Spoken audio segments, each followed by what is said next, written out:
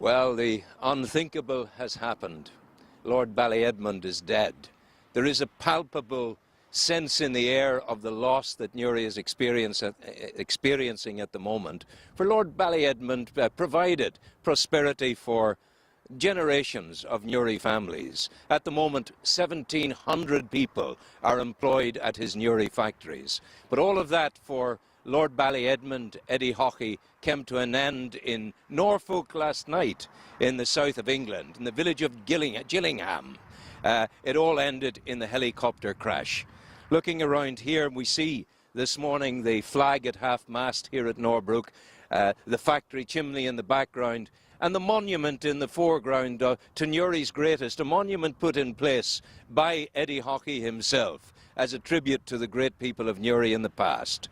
Somewhat ironic now, I would think, that in the time to come, his own name will be listed there as one of Newry's economic greats.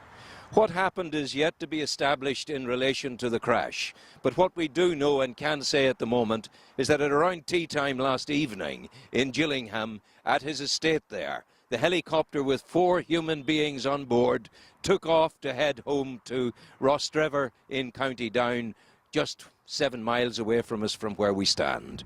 Within minutes of that takeoff into fog and in a wooded area, the helicopter came down. There was a loud bang, and then the engines cut out, and that was the end of it.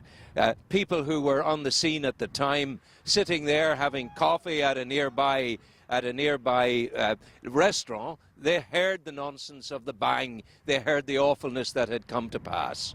So that was the sequence, and then the ambulance services, the emergency services were alerted there on the scene, and they came very, very quickly indeed. But as I speak now, the bodies of those who perished in the crash are still there, are still at the scene, awaiting removal to the mortuary in Norfolk.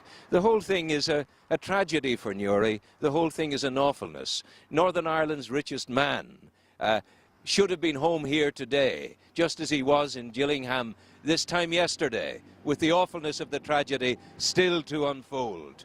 But it was not to be.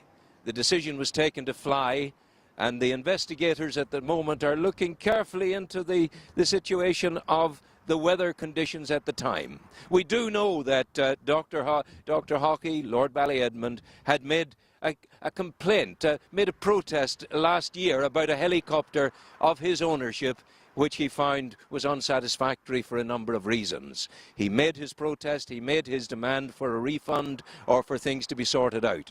But nothing of that can be substantiated any further at this time. What we do know is that the helicopter makers are investigating the situation that obtained last year.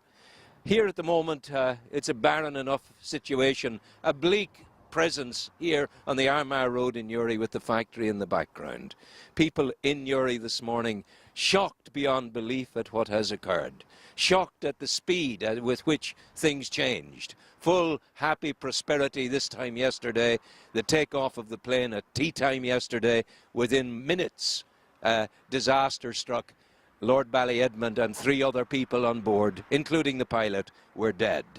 2 of the people, Lord Ballyedmond and 1 other young man from Mayo Bridge nearby, are dead in that conflagration, in that crash. An awfulness has occurred, a terribleness in the life of Newry, trying to come to terms with what the future will hold, what the future will hold for Norbrook at its locations around the world. The hope is that the spirit of Lord Ballyedmond, of Eddie Hockey, will continue on.